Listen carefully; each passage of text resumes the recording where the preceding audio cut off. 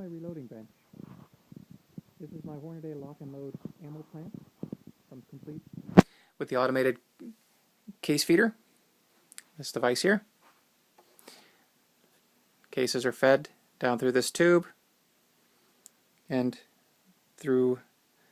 It eventually gets dropped onto this ram and then into the case feeder plate.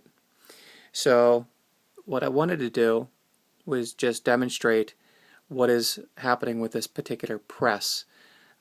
Each of the dies up here is the Hornady die set, except for my RCBS powder cup, which is simply measuring that the proper charge of gunpowder is actually dropped into each case. So essentially it's more like a dipstick. Just activates each time it touches the case below.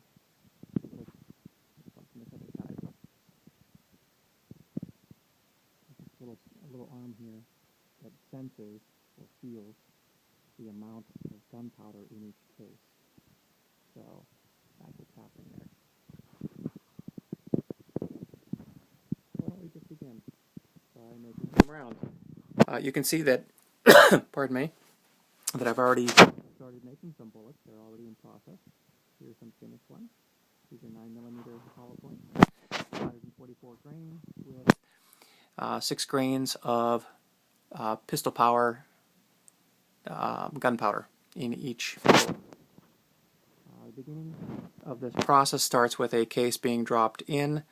There is nothing special about the case. It's simply an unfired round. This happens to be a virgin round, so there's no primer in it. I don't have to worry about the de-priming step.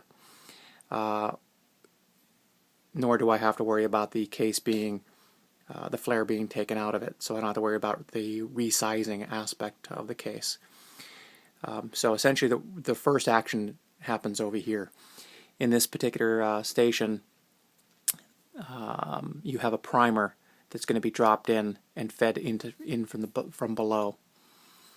Then you have, at this station, you have the case being flared, so the very top of the case gets expanded slightly, and then gunpowder gets dropped in at that very same step. Then you come over here, and a bullet head, much like what you see here, gets dropped on, and then it comes over to the final step right here, where the bullet actually gets seated, gets pushed into the case, and then crimped. So that will be the final step before it gets ejected. And then each of the dies above are Hornady dies. They are meant specifically designed for this press. Although I know that you can use them in other presses, but I like to stay with one family, Hornady. I like their bullets, and I'm enjoying this press.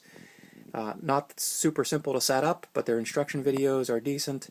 You do have to supplement with additional information, and GavinTube is a fantastic resource for understanding how to set things up. In fact, it was from GavinTube I learned how to design the actual setup of these different die stations, such that I could actually use this RCBS lockout die, or powder cup is the term I like to think of it as. So check out GavinTube, fantastic resource. Highly support him as far as the amount of information you will learn.